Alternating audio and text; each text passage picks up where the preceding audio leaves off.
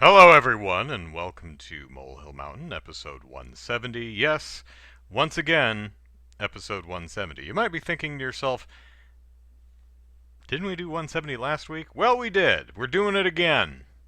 Because YouTube ate episode 170. It was corrupt, and I tried over a couple of days, but it was all I could recover was like the first 14 minutes. Um, so hopefully I said something really dumb, and it is forever lost to the internet ether. So I can write this off as a good thing. But oh well, that happens. I give YouTube a lot of guff, well deserved, I feel. But I'm not going to give YouTube guff over this. Yeah, it ate an entire podcast, but you know, stuff happens. This isn't a result of, I'd say, incompetence or idiocy. It's just an unfortunate thing that happened. Between a Super Podcast Action Committee and Molehill Mountain, I've probably done nearly 400 podcasts over the past 8 years, however long it's been. So losing one podcast, eh, you know, it sucks, but it happens. So out of the gate, I'd like to talk about Monster Hunter a little bit. So last week, I talked about the Mamajiva hunt, which is the adult version of Xenojiva, which is the new siege monster added to Monster Hunter World, Iceborne. Oh, by the way, I'll have the last segment of the Extra Life charity event up tomorrow, I think. Would have been up earlier, but Capcom kept claiming the damn thing. Because I dared to watch a 10 to 15-second cutscene where the cat makes you dinner before you go out on a hunt. Yeah, Capcom don't like that one. The one where the Grand Meowster chef in Celiana makes you dinner, that one's okay. But the one where the Meowscular chef makes you dinner in Estera, that's a no-no. Capcom kept claiming the video, so I just put like a big censored bar over it, and it seems to have worked. So anyway, last part of that should be ready tomorrow, along with a debut review for Harley Quinn, the new DC animated show. So anyway, so Xenojiva, adult form is it's got an S in it. I'm just going to call her Mama Jiva. Shishi Jiva or Shiva Jiva? Shiva Jiva, something like that. Safi'Jiva. Sapphire Star Safi'Jiva. That's what it is. Okay. Shiva Jiva. Should be Shiva Jiva. That's just fun to say. So last week, not Nintendo, everyone's Nintendo, Capcom released a kind of a preview hunt for the Safi'Jiva event, and I played it and I really liked it. It's a super cool monster, it's a lot of fun to fight, and it whet my appetite for the full thing. The full thing came out this week. I played it several times and got absolutely nowhere because well, probably a combination of I'm not that great at Monster Hunter and I'm playing by myself, which it was not intended to do. You can, and I'm sure if I beat my head against the wall long enough, I'd actually. Jordan says, Capcom, get with the program. It's for the children, exactly. So, similar to how Kulve Taroth works, the other siege monster in Monster Hunter World, there are 3 levels. Each level has energy, and as you damage Mama Jiva, she'll suck the energy out of the ground to heal herself. Once she sucks all of the energy out of level 1, she'll retreat down to level 2. And then you start smacking her, she'll suck the energy out of level 2 until she runs out of energy. Then she'll retreat down to level 3, heal herself by sucking all the energy out of level 3, and then there's no more energy left to heal herself, there's nowhere left to go, and that is when you strike and deal the final blow. That's how it's supposed to go, anyway. As a solo player, I felt like I was getting absolutely nowhere. First of all, they only give you 20 minutes for the hunt. Okay. Um, Also, there's this meter for the energy level of each level. After I think like 8 hunts, so 3.5 hours, I got the energy level down to half. So I'm feeling a little demoralized. I like the design. I like the way the fight is organized. It's a lot of fun to play, but if you feel like you're getting absolutely nowhere, it's not as fun anymore. It's just a slog. Also, I've been completely unable to break any parts. They keep yelling at me, "You got to break her parts." I'm like, I spent the entire 20 minutes hammering on her right foreleg, and it never broke. Not once. I'm like, I have end game equipment. I can't hit much harder than this. I was using, I ate for attack up large. I'm using demon drug. I'm using the might seed and the might powder. So I'm tenderizing her leg first, but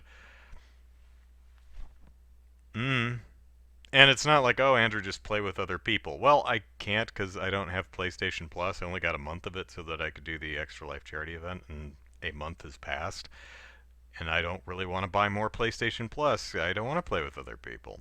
Unfortunately, Safi'Jiva does not scale, and Kulftaroth too, I believe, doesn't seem to scale to solo play.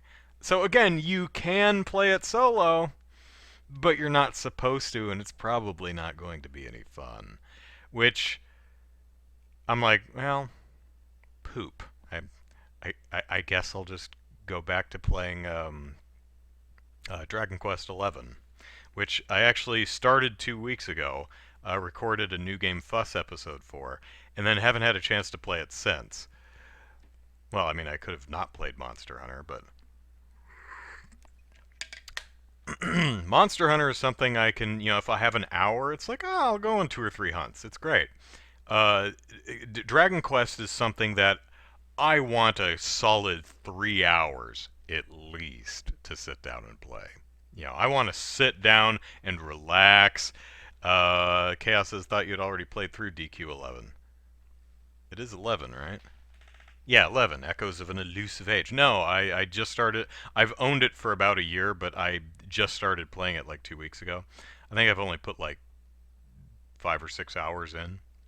I just haven't had enough. Like I said, I've had moments here and there throughout the last 2 weeks. I just haven't had a good chunk of time. That's a game I really want to, sit down and play for a few hours. Might be able to do that tomorrow, though. So anyway, Monster Hunter, still like it, really like Shiva-Jiva, and it's a really cool fight. I think Capcom really took the elements of Kulf Taroth that didn't work and just totally improved them. So good job, Capcom. I do wish you would scale siege events for solo players. I mean, yeah, that kind of defeats the whole point of siege events, but consider this. I did pay for your game. Maybe I don't want to or can't because of either finances or maybe my internet sucks. Pay for PlayStation Plus, which I can't play online unless I have that. So, you know, it, this would be neat. Let the various hunters roaming around Celiana and Astera join me on the hunt. Like that memorable characters like that one guy and that other gal and that dude over there and the woman obsessed with fish. There's other hunters roaming around camp. If you don't have any people to play with online, just give me some NPCs. I know you can do that because I have Mapalico Bob with me. He's an NPC. He takes care of himself. We could have the other hunters. Come on, and stop claiming my videos for stupid reasons, Capcom. Yes, yes, you are absolutely within your right to claim my entire video for charity just because there's like 10 or 15 seconds of one of your cutscenes in it. You do have the right to do that. You absolutely do. It's still a bad look, so you probably shouldn't, but, you know, what do I know? Okay, moving on from Monster Hunter. The Mandalorian Episode 6 is, in my opinion, continuing a downward trend of the series. It is once again a completely standalone episode, which, not in and of itself a problem, but the first three episodes kind of make it feel like it's going to be one continuous story. The first three episodes make it feel like there's going to be a through line. It's not going to be episodic. Episodes 4, 5, and 6 could, with very little rejiggering, go in any order. Doesn't matter. It's, and that's not a bad thing, but it doesn't. It's a little jarring because it didn't feel like that's what this series was going to be. Episode 6 is, I might tie with last week, episode 5, but I think it might be the weakest. It has a cool premise. The Mandalorian teams up with some, like 4 other people to bust someone out of a prison. So they, it's a prison break episode. Those are always fun. Or, another way of looking at it is a heist episode. And that's cool. And so you have the Mandalorian, and then you have the Twi'lek, the people with the things grown out of their heads, who's kind of a stealthy knife thrower person. You have a really big, strong, devil-looking dude. You have a guy with guns. There's a great joke where someone says he's the best trigger man I've ever seen. Used to be an Imperial sharpshooter, and the Mandalorian says, well, that's not saying much. And the guy turns around and he goes, I wasn't a stormtrooper, wise ass. That made me laugh. I like that one. Ah, Suzanne, you got my picture. I'm glad. I hope it was well worth it. And they have a robot, a droid, as the getaway driver. So, great setup. The problem is the characters are all really one note. I mean, I don't mind them being arch, but they're just one note to the point of being kind of uninteresting. And the way they reveal their specialities is paced very oddly. So they break into the ship where the prison is. I'll read your comment in a second, Jordan. So they break into where the ship is, and there's like 4 droids, and they're like, oh no, there's droids on this ship that we knew there were going to be droids on. What do we do? And the Mandalorian just mops the floor with them, and they're like, dude, he good. And I'm like, how come y'all ain't doing anything? So we find out later in the episode, like near the, the Twi'lek is constantly playing around with knives, but you don't get to see her do anything until the very end of the show. And you're like, oh, well, there's her knife thing. The strongman does a big strongman thing, like later in the middle. And it's like, why didn't you do that earlier? And then the marksman does... He actually takes on his own group of like 3, maybe 4 droids by himself, and he has this backpack with a 3rd gun arm that comes out, which is really neat. And he shoots them all. I'm like, well, why didn't you like do that in the first place? It's just paced really odd. Baby Yoda gets dropped on his head, so that's funny. It just I felt the episode was really, it was the character work. Nothing against any of the actors, they're all fine. They just had nothing to do, really. Also, the conclusion was a little weird, because Mandalorian, of course, gets double-crossed, and then he gets back at everyone. His team double-crosses him, and then he basically throws all of them in jail. And there's this tracker beacon that's apparently brings down the wrath of the the rebels, the whatever. And so he sticks it in the pocket of the deliverable, and like, hey, what's this? Oh no, that's the tracker. It's coming to us. And so three X-wings show up, and they're like, huh. Well, that's funny because we know this signal is coming from the prison ship, but this isn't the prison ship.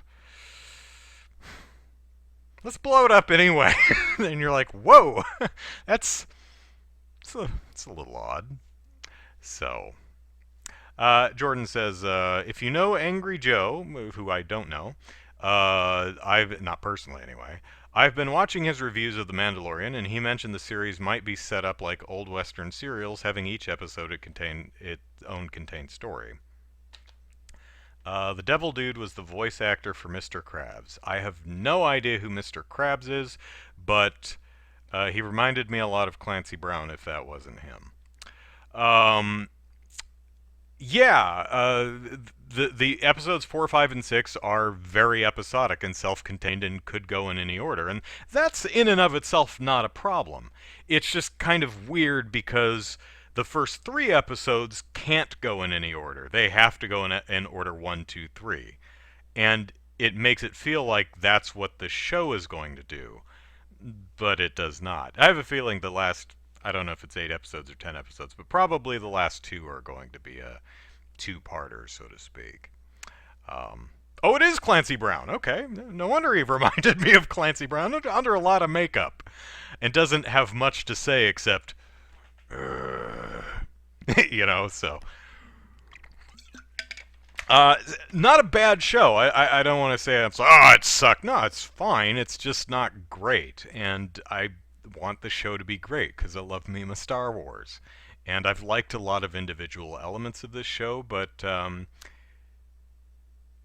it's kind of hovering a little below average, just as a show and a narrative and a story. But you know, I'm gonna still watch it, even and not just because I'm paying for the service that it's on. Suzanne says, "You know, SpongeBob don't like." Oh, Mr. Krabs is a SpongeBob character. Is No, it's not the Squidward. That's one of it. So there's SpongeBob, who's the yellow sponge. There's Patrick, who's the pink starfish. I think Squidward is the. I guess he's supposed to be a squid. Mr. Krabs, would he be the? Obviously he's a crab. The proprietor of the burger joint that SpongeBob works at. Right? Am I getting this right? I don't believe I have ever seen an episode of SpongeBob SquarePants. Krusty Krab? Krabby Patty? These are SpongeBob things. Um, all I know about SpongeBob has been absorbed through cultural osmosis. I don't believe I've ever seen a, um, a single episode. Jordan says, if anything happens to Baby Yoda, Mando is going to go from Clint Eastwood to John Wick. That would be great. I mean, it'd be terrible if anything happened to poor innocent little Baby Yoda, but is SpongeBob the fifth Smash reveal? I would guess no, but, you know, you never know. All right, moving on. So, last Monday, the trailer for Ghostbusters Afterlife, the new Ghostbusters film, came out, and I did a reaction video to it, and it was not great. The trailer, I mean, when I say the trailer is not great or it's a bad trailer, I mean specifically the trailer is not good. I don't mean the movie looks bad. It's just not a great trailer in my estimation. My biggest problem with the Ghostbusters Afterlife trailer was I got no sense of any of the characters beyond what they do, like, for a living, or their relationship to each other. For example, I know a little bit more because I'm a big Ghostbusters dork and I read everything I can about it, but from the trailer, I'm like, okay, there's the mom who's the mom, and the kids who are the kids of the mom, and siblings to each other, maybe, unless one or both are adopted. Don't know. And Paul Rudd is a school science teacher?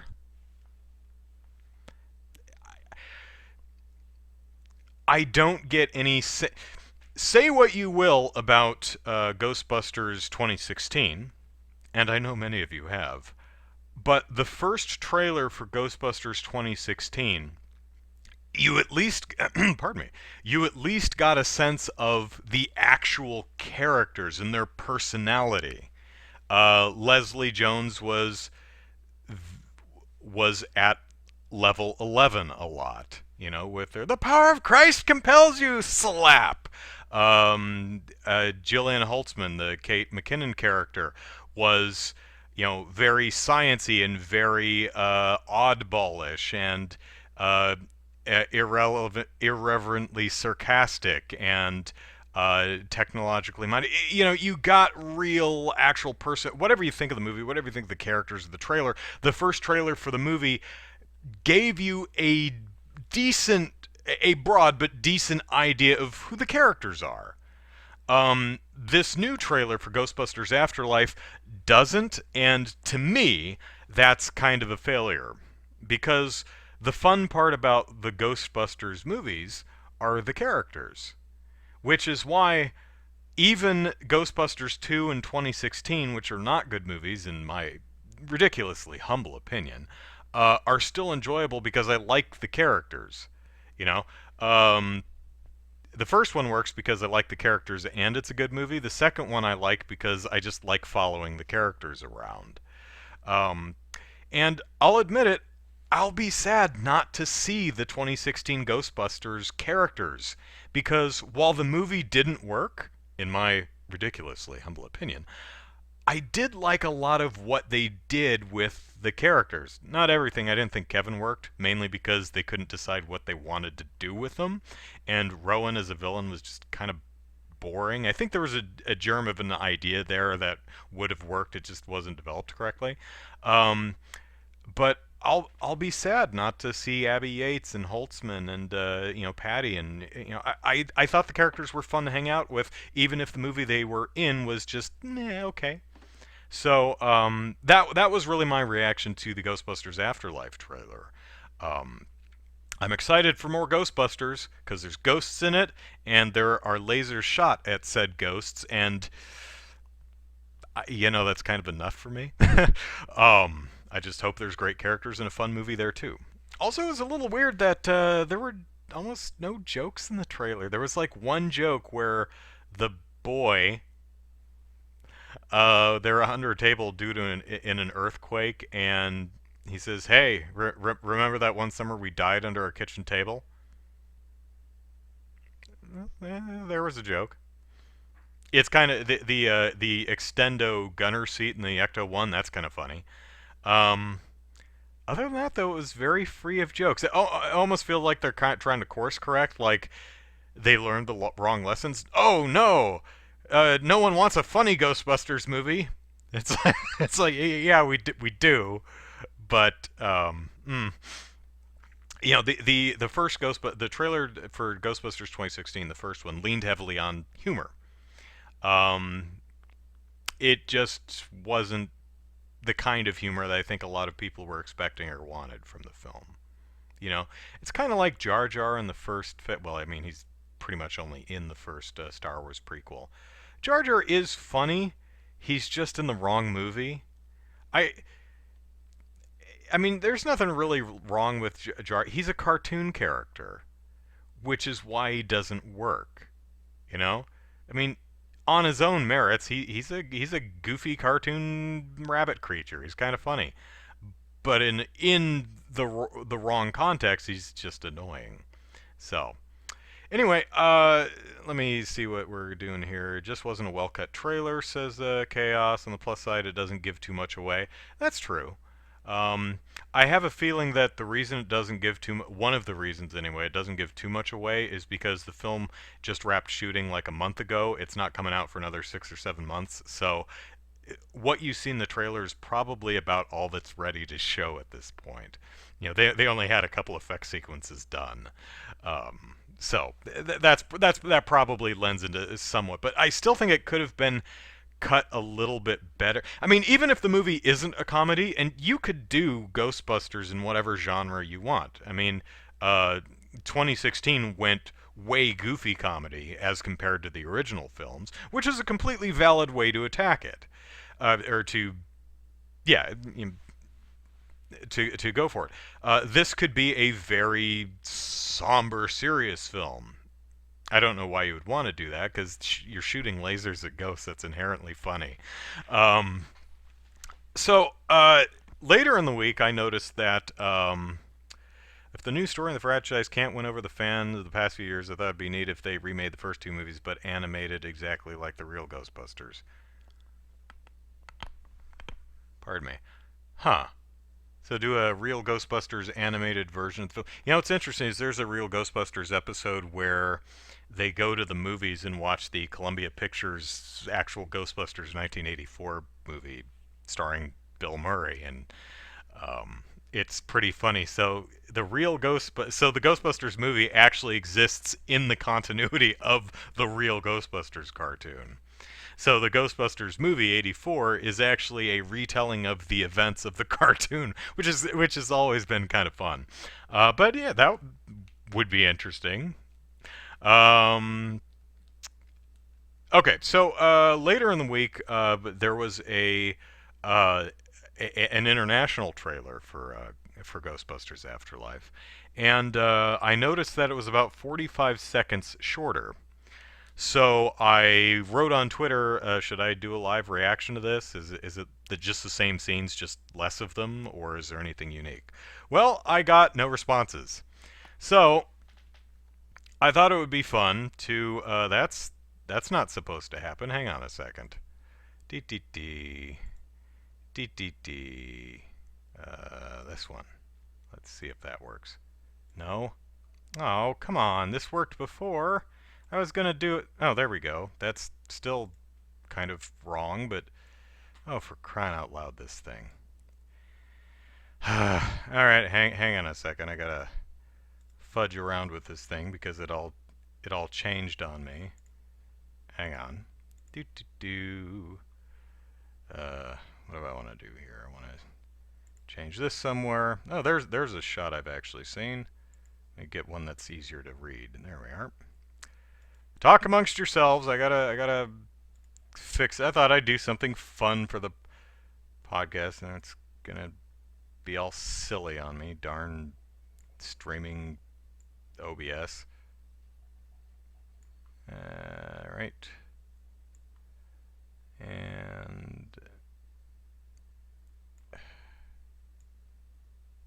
And there we go. Close enough. Bum, bum, bum, da, da, da. Okay, so I'm going to do a live reaction to the international version of the Ghostbusters trailer. Won't that be fun? Because I haven't seen it yet.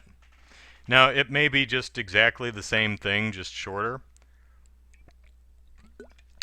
But we'll find out together. Jordan says, "Why do you want us to see your face? We know you don't emote anyway." That's true. And it's not a conscious thing. I'm not like willfully holding my face still. It's just it's how I observe things. You know, if you ever see me playing video games, like if you broke into my house or installed a camera or something like that, I look kind of surly or angry at the things when I'm playing piano, when I'm watching TV, when I'm playing video games, because I'm focused, and that's just my I'm focusing face. So anyway, Ghostbusters 2019, Ghostbusters Afterlife. Let's see what the international trailer does. What are you doing here in Somerville? Honestly, my mom won't say it, but we're completely broke. And the only thing that's left in our name is this creepy old farmhouse our grandfather left us in the middle of nowhere. Oh my god, this is way worse than I thought it was gonna be. I found this in my living room. Whoa, killer replica. A replica of what? A ghost trap? There hasn't been a ghost sighting in 30 years. New York in the 80s? It's like The Walking Dead. Your dad never mentioned this to you? It's just my mom. My grandfather died. My mom says we're just here to pick through the rubble of his life. Wait a minute. Who are you? Call it fate. Call it luck. I believe that everything happens for a reason.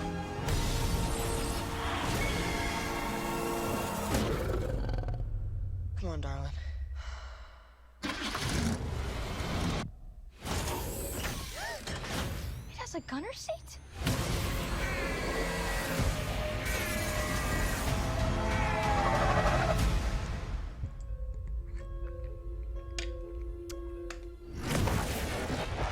Oh my gosh! That is the best thing I've ever seen.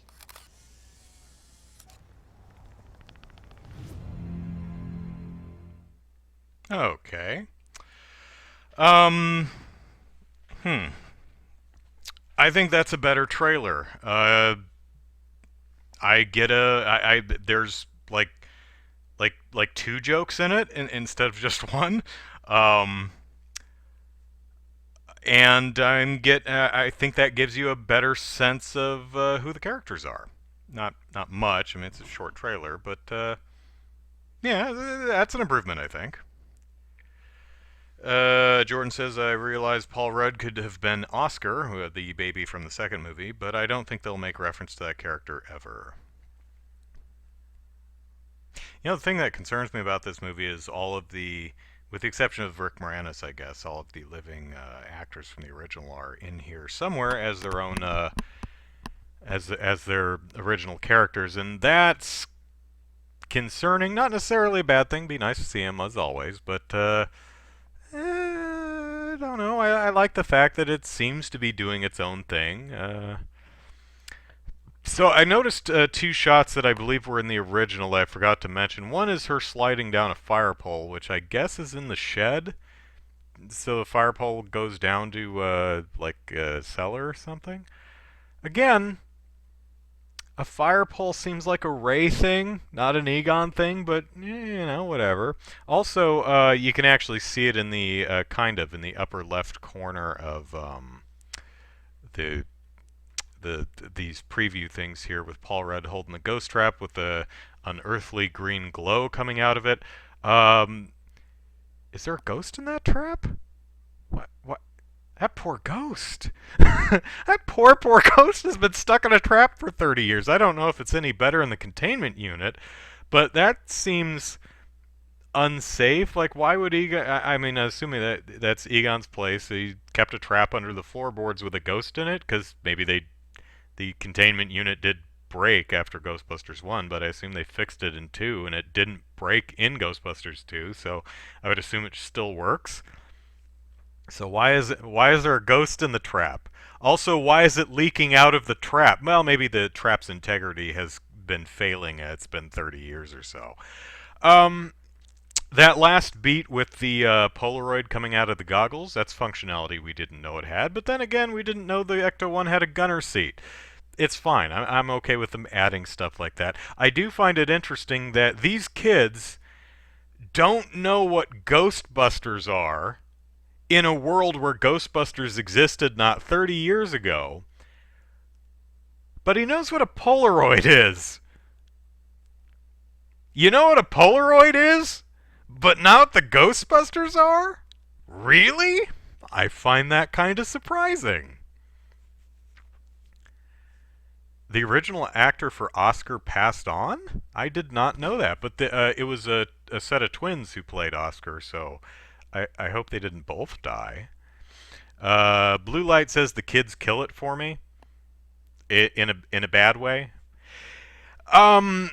Well, I will say this: the Junior Ghostbusters are absolutely the worst part of the real Ghostbusters.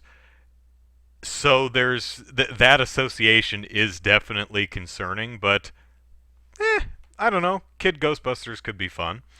Again, I'm not getting enough sense of the movie from these trailers to really judge the movie, to get a sense of if the movie looks any good one way or the other. I did notice something kind of interesting, though. I don't know if the shot was in the original. Was in the original. There hasn't been a ghost. There we go. I don't know if this shot. Can you see my mouse? I think you can. I don't know if this shot was in the original trailer. If it was, I didn't notice. I thought maybe this was just a plastic bag floating in the breeze, but this right here's a ghost. Sighting in 30 years. See it there? That's the ghost that they're chasing around the streets. What? Right There here. hasn't been a ghost Ghosty. in 30 years. Not Slimer, New but York kind in of the a 80s, it's similar like The Walking Dead. similar thing. Another thing I noticed when I was frame by framing the original trailer, again, I'm a big Ghostbusters dork, was the bit where they're chasing the ghost through the streets.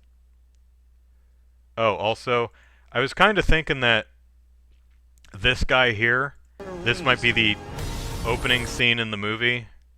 You know, the first Ghostbusters movie is the librarian, and then you have that thing with Oscar and the stroller in the beginning of Ghostbusters 2, and then the kid in the basement in Ghostbusters 2016. So if I'm thinking maybe this guy in the hardware store is going to have the ghost encounter that opens the movie, maybe not. Maybe this guy chases that ghost I just pointed out into the street. But what I did notice, which is kind of funny, is this scene where they're following the ghost and shooting it, which is that's all kinds of fun. I think this will be a fun sequence. But if you go back, it's like, well, not only is she shooting completely around the corner, she's shooting out and around the car. How is she making that shot? That's super weird. I mean, she's way around the corner and suddenly she's shooting this way and it's bending around the corner. That's a hell of a shot. I know the proton streams just fly all over the place and they don't follow any form of physics, but that's kind of weird. Movie ruined. No, it's fine, it's fine. I just thought it was kind of funny. I mean, you don't really notice it in motion. And there is a shot in the first Ghostbusters movie where they're in the Sedgwick Hotel chasing after Slimer, where they're in the ballroom and Egon is actually firing at Slimer, who ducks behind a bar, and he manages to bend the stream kind of up, and he's shooting over the bar, but he does manage to somehow get the stream like you're firing a water hose, and it's just arcing over the bar and kind of digging around behind it. And that always struck me as kind of weird. It's like, how did he physically managed to make it do that? It's almost like the proton stream has a weight to it, which is something that actually came out in Ghostbusters 2016, where she first fires the proton stream in the subway, and it goes pew thump and just falls on the floor.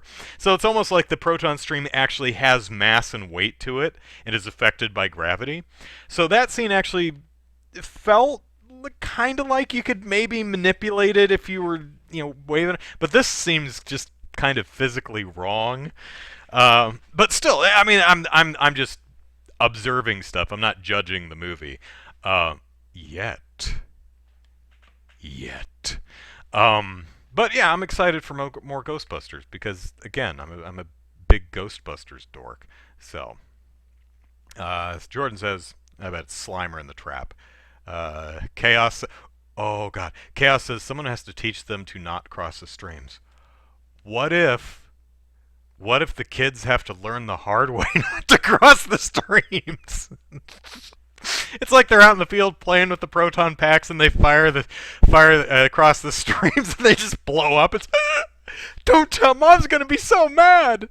Oh, that would be great. I would like that. That's never going to happen, but it'd be fun.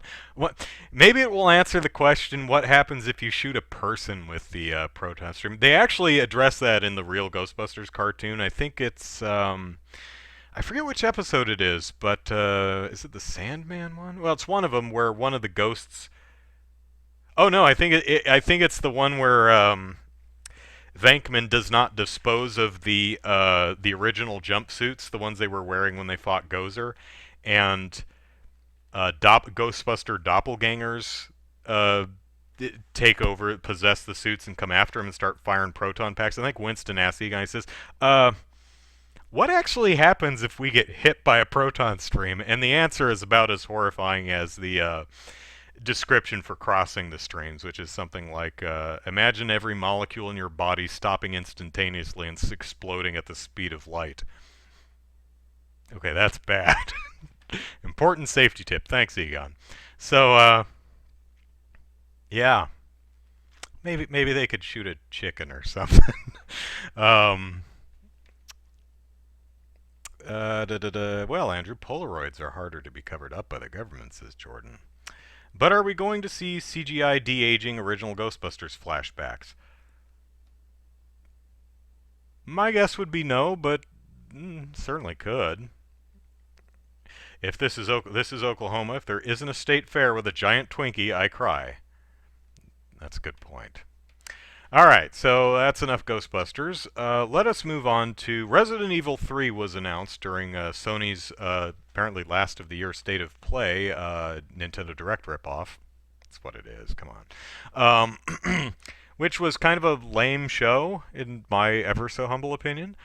Even the Ghost of Tsushima teaser, which, to be fair, they were just teasing the full thing that was at the Game Awards, which we'll talk about momentarily.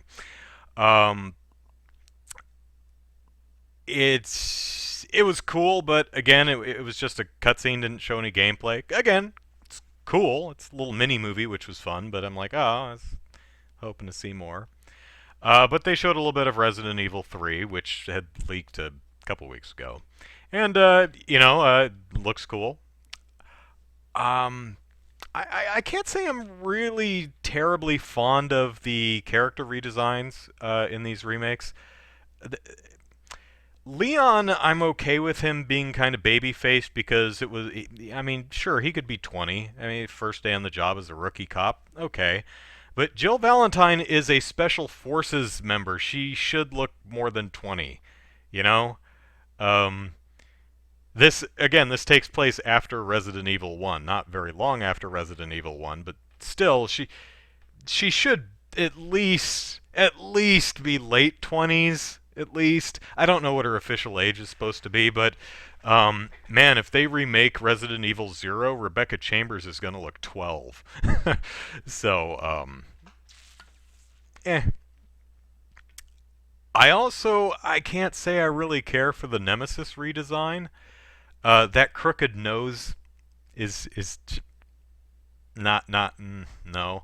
He also looks like, and this may be the point, it looks like someone's trying to tear his skin off of his skull, like someone's grabbing the top of his head and pulling. You know, the original Nemesis, its lips were pulled back and its teeth were bared. This one has really long teeth, like they were extended, and it looks weird. Not scary or gross or creepy, just kind of weird. I like the original design of the Nemesis better. I don't think it's going to ruin the game or anything, but I'm very much looking forward to picking up the remake of Resident Evil 2 at some point, because I haven't got around to that yet. But yeah, Resident Evil 3 comes out in April, I think. Quite looking forward to that. I think it looks good.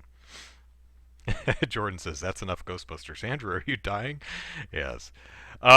So yeah, Resident Evil 3. Do we think... will they do a full remake for Resident Evil 0? I don't know. No one seems to care about that one. I'd imagine Code Veronica before Resident Evil 0, but even Code Veronica... I mean, it's recent enough that a remake of Veronica would be... I mean, remaking 1, 2, and 3 is totally reimagining how those games play. Code Veronica was a 3D game. So, although they did use fixed angles, I think. So, yeah, maybe. Am I going to play the Ghostbusters video game remaster? No, because I already played Ghostbusters, the video game, back in 2009 whenever it came out, and I liked it. I thought it was great. Well, great. It was good. I played the one on the Wii, actually, which is almost the same game, mechanically and structurally. There are differences other than the aesthetics, but I played the one on the Wii, so that's enough. I played it. It's good. All right, moving on. The Game Awards.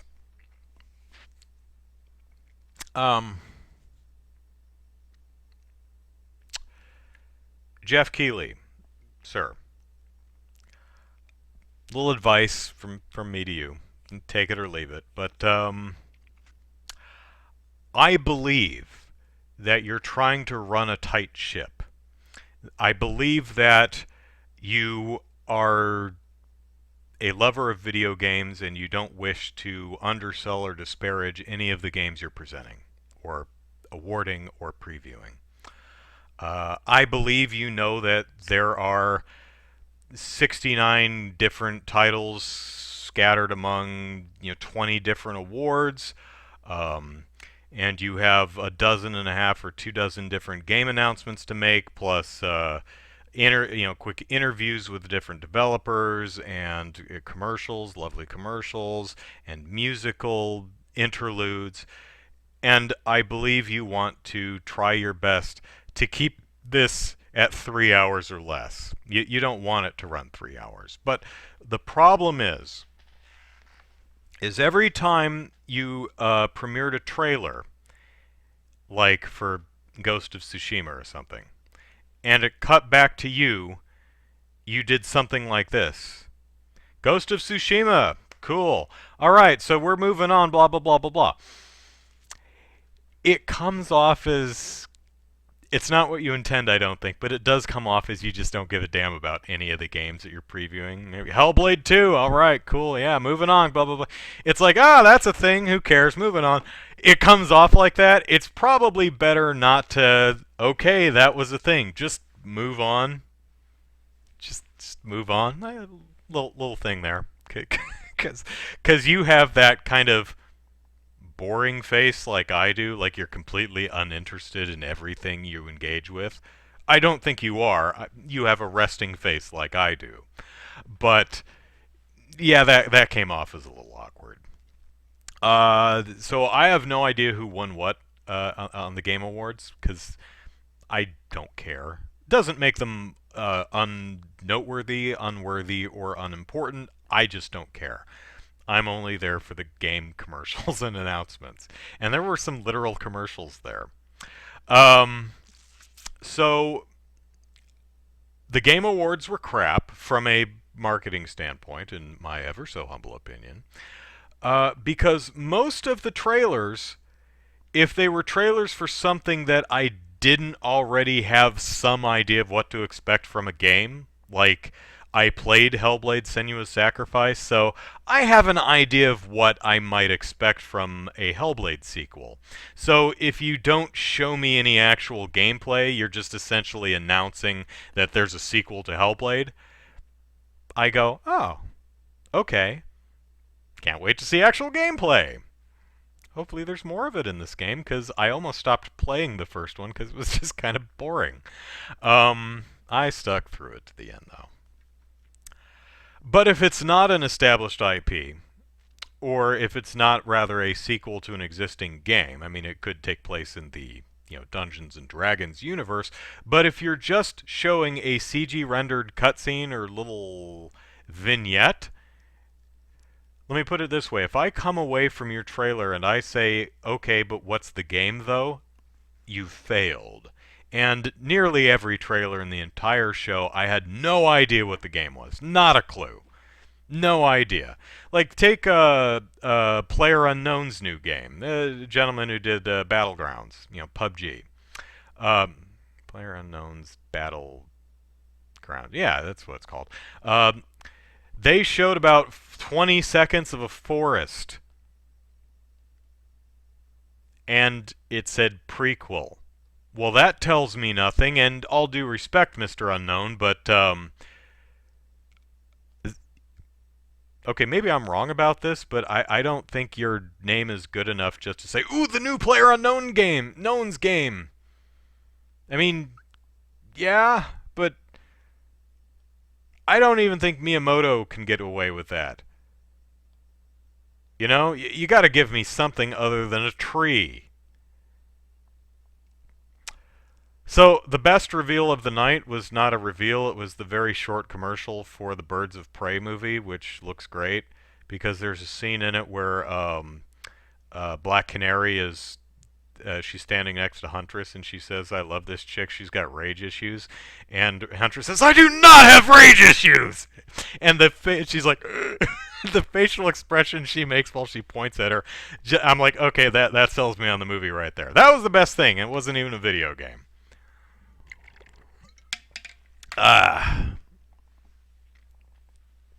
So, Jordan says, I'm almost convinced Nintendo will cut its losses and make Metroid Prime 4 an animated short. Chaos says, Miyamoto could absolutely get away with it at least once. I don't know. Well, I think with some he wouldn't with me, and I love Miyamoto. But I mean, I can't think of... But then again, as much as I like particular creators in video games, movies, music... Well, no, I mean, if Weird Al said, I'm making a new album, I'd be like, sweet, can't wait to hear it. But if Miyamoto said, I'm making a new video game, I'd be like, great, what is it? Then tell me anything. But then again, I mean, a video game could be a lot of things. The Weird Al album, you have a pretty good idea of what to expect. It's going to be a bunch of about 12 songs. They're going to be funny. Half of them will be parodies of existing music. Half of them will be originals. Half of those will be style, probably all of them will be style parodies of one sort or another. One will be a polka medley, and one will probably be at least 9 minutes long. Because that's how his albums tend to go. Although he's, you know, he may not do any more albums from this point on. But I digress. So let me go through all the announcements here. So, Microsoft. Okay, so the first failure, I would say, is the new Xbox, which is... I give people guff for not realizing that the Wii U was a new console, even though it was explicitly stated that it was a new console, and they showed games that could not possibly run on the Wii, so there's no excuse for not being able to figure out that that was a new console. This one, I could understand why some people might not know if this is a new console or if it's just like, I don't know, is it an 8K enabled Xbox One? I mean, because we had the Xbox One, and then we had the Xbox One S, which was a small version, and then we had the Xbox One X, which is the 4K version, and Xbox One X and S sound really similar, so I imagine there were a couple kids with disappointing Christmases because they parent or grandma or whatever heard them wrong. So now we have the Xbox Series X, which, considering that they didn't show any games, they showed some pre-rendered footage, or I'm sure they said this was, you know, engine generated, but they weren't actual gameplay. You know, people could be forgiven for thinking, is this an Xbox, another one in the line of Xbox Ones, or is it the new Xbox? It's the new Xbox. It's stupidly called Xbox Series X. So the Xbox SX. The Xbox Sex. We see what you're doing there, Microsoft, and it's hilarious. Because they're like, okay, you got us on the whole X-Bone thing. Now we're going to do this on purpose. It's Xbox Sex.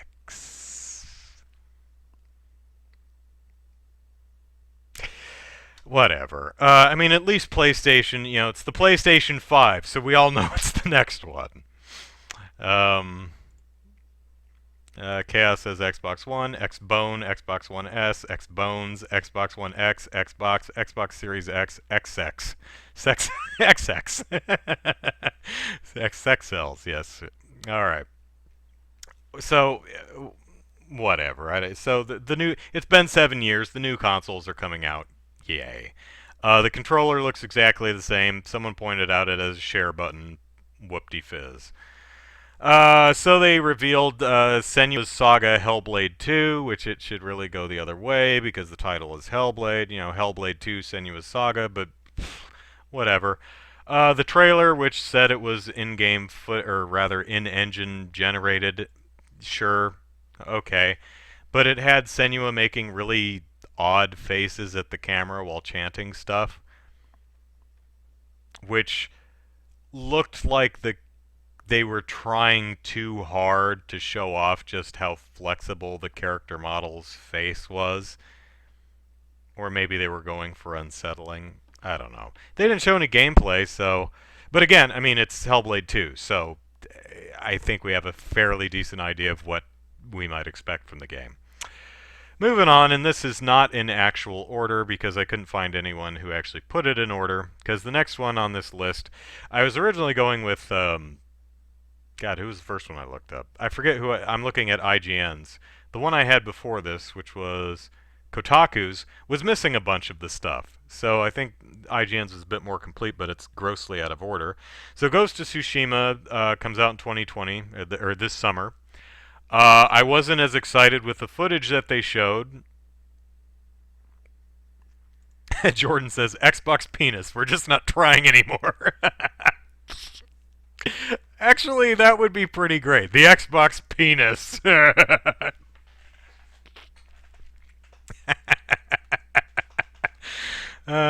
We'd all be yelling "suck it" over our headphones while we play, you know, Call of Duty Online or whatever.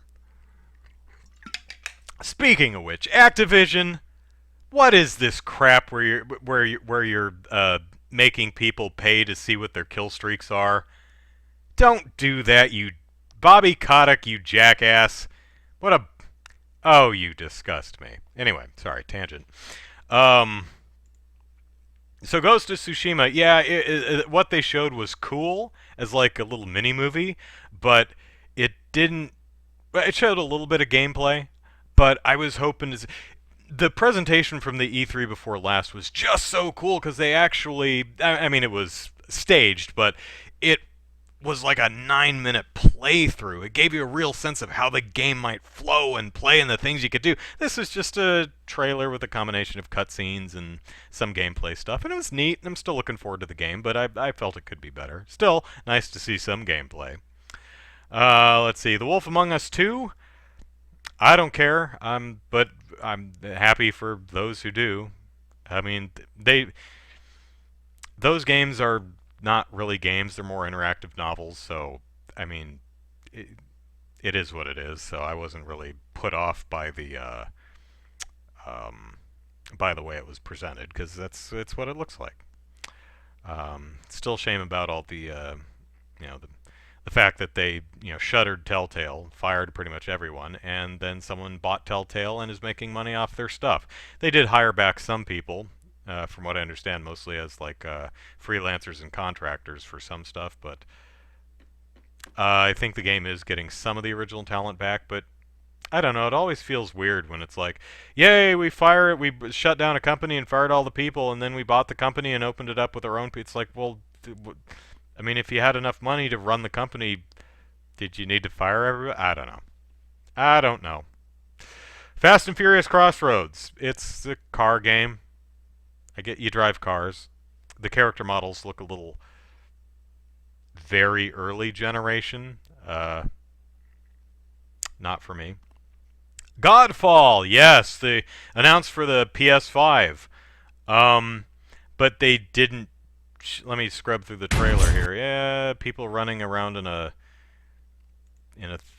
place, and okay, I can't load the trailer while I'm streaming. Well, that sucks.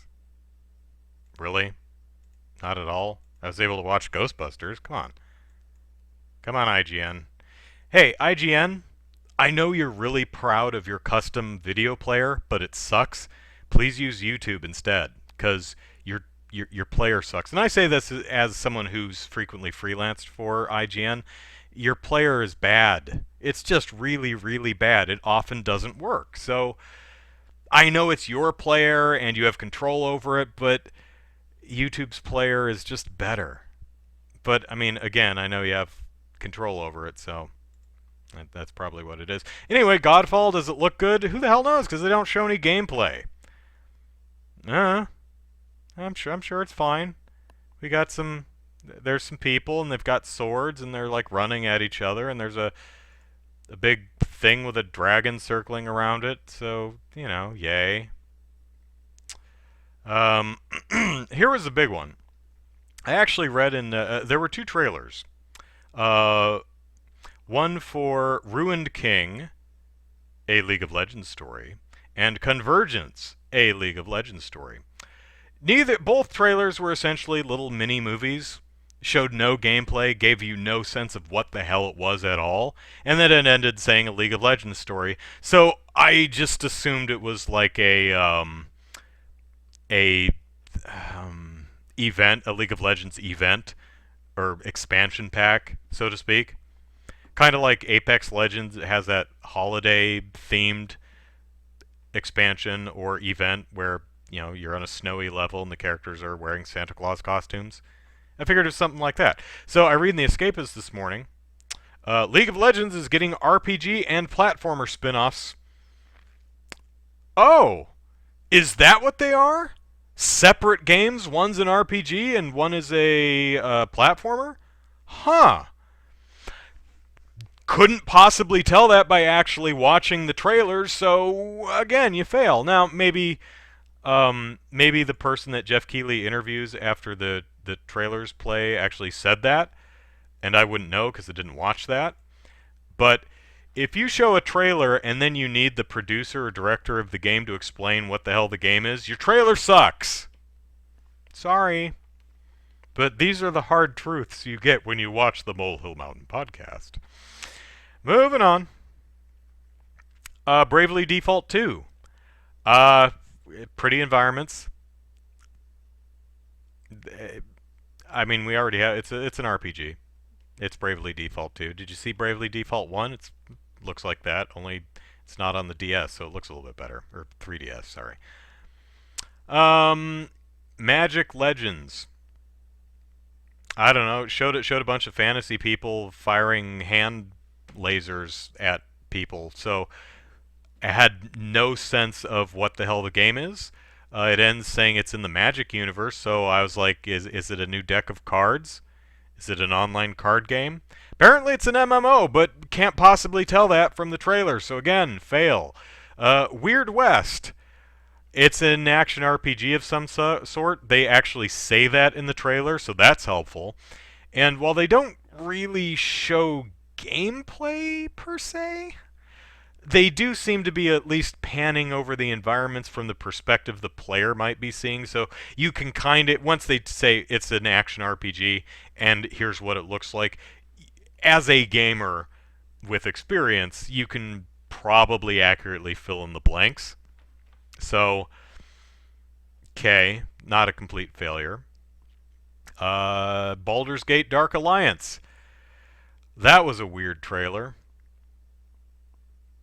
Doesn't tell me anything about the game or how it plays. But it was a weird trailer, because the camera was like attached to the faces of the characters running around, which was an odd choice. I wouldn't say a good one, but it was an interesting. Fail. 9 to 5. This... It started out with a bunch of bunnies with guns, and then it turned out that the bunnies with guns was just a video that some other dude with a gun was watching. And so there are dudes with guns. I'm guessing a tactical team-based shooter, I guess. Who the hell knows? Because again, they didn't really show anything about the game itself. Which, for me, is a problem when you're trying to advertise a video game. Oh, prologue. I already mentioned that. There's a tree. What do you do with the... Is it a shooter? Is it a racing game? Is it a strategy game? Is it a fighting game? Is it a card battle game? Is it a dating sim? Who knows? Fail. Sons of the Forest. There's a forest and there's like some creepy, misshapen, maybe possessed, maybe cursed people in it. What do you do? Who the hell knows? They don't tell you anything. This one's apparently a follow-up to The Forest. I've never heard of it, so I don't know. If you know what The Forest is, maybe this makes sense and you can get an idea what the game is, but I never heard of it, so no idea and don't care. Surgeon Simulator 2. Okay, well that one actually gives you an idea of what the game is, and I'm familiar with the original, so you get a pass. You're fine. Ah, New World, another one that tells you absolutely nothing about the game. So there's a relic that everyone who touches it gets glowy red eyes, and then they fight each other. Team-based battle thing, strategy RPG, MMO. I don't know. I could read the press release, but I should be able to tell what the hell your game is by watching the trailer for your game. I think so, anyway. Apple Arcade's Ultimate Rivals. Bunch of different sports peoples get to play together to play hockey and use their individual sports talents like badminton and soccer and whatever to play hockey. Looks cute. Good trailer. It tells you what the game is. Good job. Not so hard. Path of the Warrior. Interesting idea. It's a VR game where you... Imagine you're playing like Final Fight, except it's a VR game. I actually was kind of hoping that it would keep the pixel art aesthetic of the 2D side-scroller, but nah, it's 3D models. But it does make them kind of cartoony looking, which is cool, but the way their faces deform when you punch them looks weird. Not in a deliberate way, like we didn't have that effect working yet kind of a way. Maybe it works better in VR, but at least I know what the game is. Nautica Blade Point.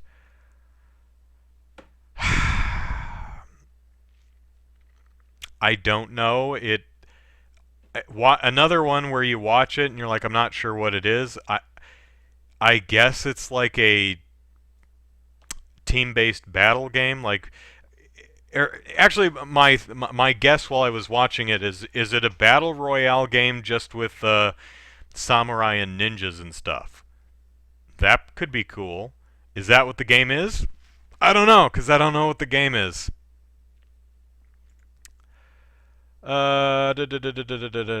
Jordan says, hey, Game Awards, if I wanted to play Guess Who or what I'd call Milton Bradley. Good one. New World is an MMO. New World, that's the glowy red eyes one, right? Yeah. Amazon Game Studios. New MMO. Yes, okay, it's an MMO. Oh, hey, it's not Midway. Who the hell's doing Warner Brothers? They're Mortal Kombat. What are we on? 11. Mortal Kombat 11 is they redesigned Joker, which I know some did not like the design of Joker. He looked too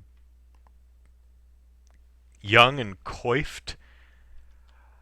I actually kind of liked it because it was different, but they've redesigned him and now he's much more what you'd expect Joker to look like, which is fine.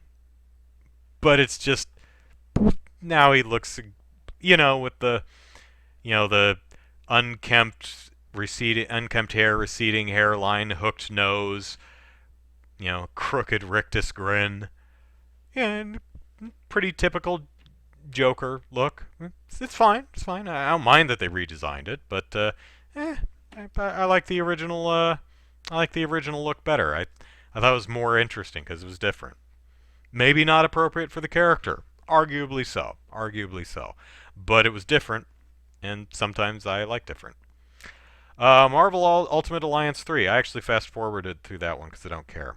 I like Marvel superhero stuff, but the game bores the hell out of me, so I don't care. Final Fantasy VII Remake. It still looks like Final Fantasy VII Remake, so yay. Gears Tactics. The version that played during the Game Awards didn't show off much, if any, gameplay, but I already knew what this game was, so it's... And the title, it's Gears of War Tactics, or Gears Tactics, so it's a tactical version of Gears. The extended, the 2.5-minute version, shows off some gameplay. Looks fine. Let's see.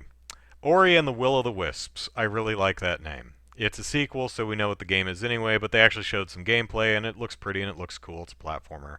And again, Will-o'-the-Wisps, Will-o'-wisps. I love that. That's great.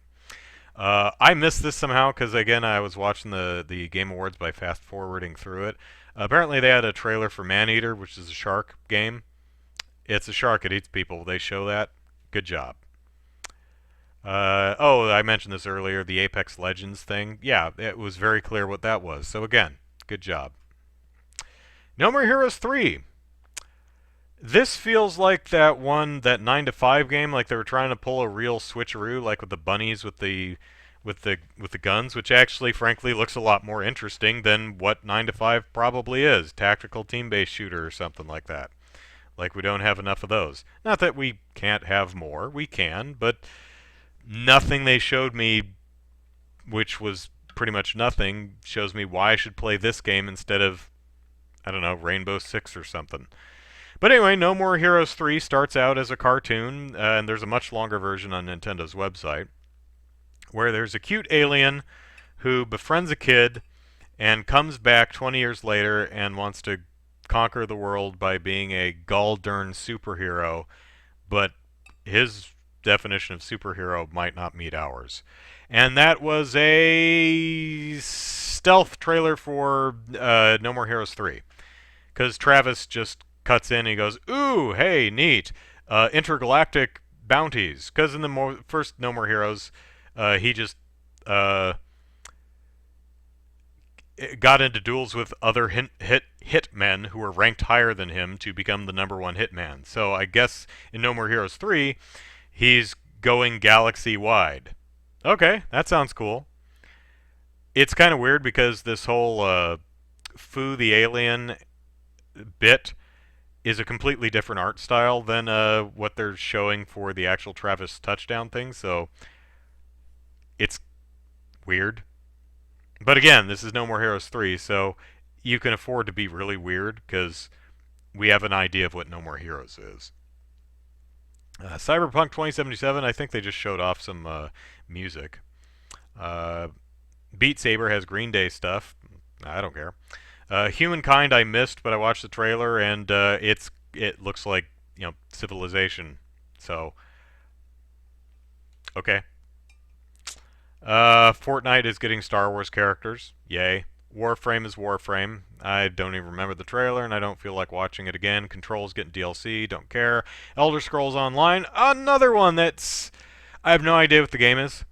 Actually, I know what Elder Scrolls Online is. But I love the trailers because they're neat little, well-produced, well-animated mini-stories. And they're fun to watch. But they're absolute garbage at actually advertising a game because... you have no earthly clue what the hell the game is like. I mean, you get a sense, okay, it's fantasy themed, but is it an RTS? Is it a card game? Is it an RPG? Is it a first-person shooter? Who the hell knows? Is it like Elder Scrolls, a first-person RPG adventure hacky slash thing? Don't know. Can't tell from the trailer. It's a cool trailer. It's a fun mini-movie, but it sucks as a game trailer. I do like the panther person. It's really cute. And that's it. Pardon me, I'm hiccuping. So let me check the chat here. What have you guys been saying while I've been ranting?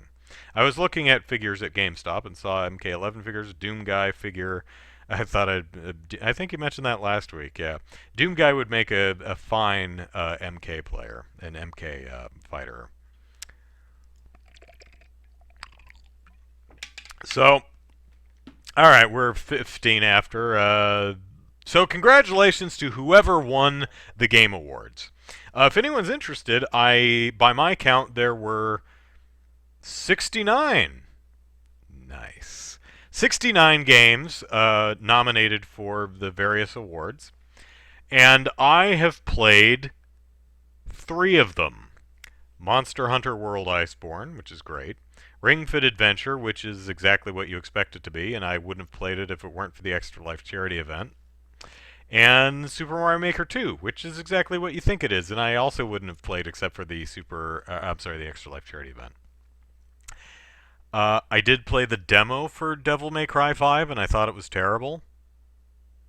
I don't know if you want to count that or not. So, considering that I've only played 3, possibly 4 of the 69 games from this year nominated for the Game Awards, I think I'm going to have to face facts that I'm a fake gamer boy. So that's it for this week. Hopefully YouTube does not eat this stream because, and if it does, we'll just keep doing episode 170 from here until eternity. So I hope you all have a lovely week. Have some good food and fun, and yeah. I'm gonna. Am I going? Is it too late to play video games tonight? I don't know. I actually have some editing I want to do tonight. So you know what I've found? I found that house sitting is more profitable than freelance writing. It's easier too. Just thought I'd put that out there. I was thinking, wow, I make better money, tax-free money, house sitting for people than I do for freelance writing. And freelance writing is hard because you have to actually do work, and it's a lot of work to actually get work. House sitting is just like, hey, I'm going on vacation. Can you watch my cats and water my fish or plants and feed them the fish, whatever? And it's like, yeah, okay. Here's $60. And it's like, great. I mean, yeah, I get paid a lot more for freelance writing, but depending. But it takes a lot longer, and it's a lot more stressful and time-consuming. And yeah, so house sitting, better gig if you can get it. Maybe I'll just start a house-sitting business where I just go place to place and play with people's cats. That sounds pretty good. Okay, so I have been and probably always will be Andrew Eisen. You can type that into YouTube and find my YouTube videos. I'll have a debut review for Harley Quinn tomorrow, I believe. The last Extra Life episode will be up tomorrow, I think. Just want to give it another half a day. Make sure Capcom doesn't try to claim it again. And, yeah, follow me on Twitter at Andrew Eisen. And see you all next week. Take care, everyone. Bye-bye.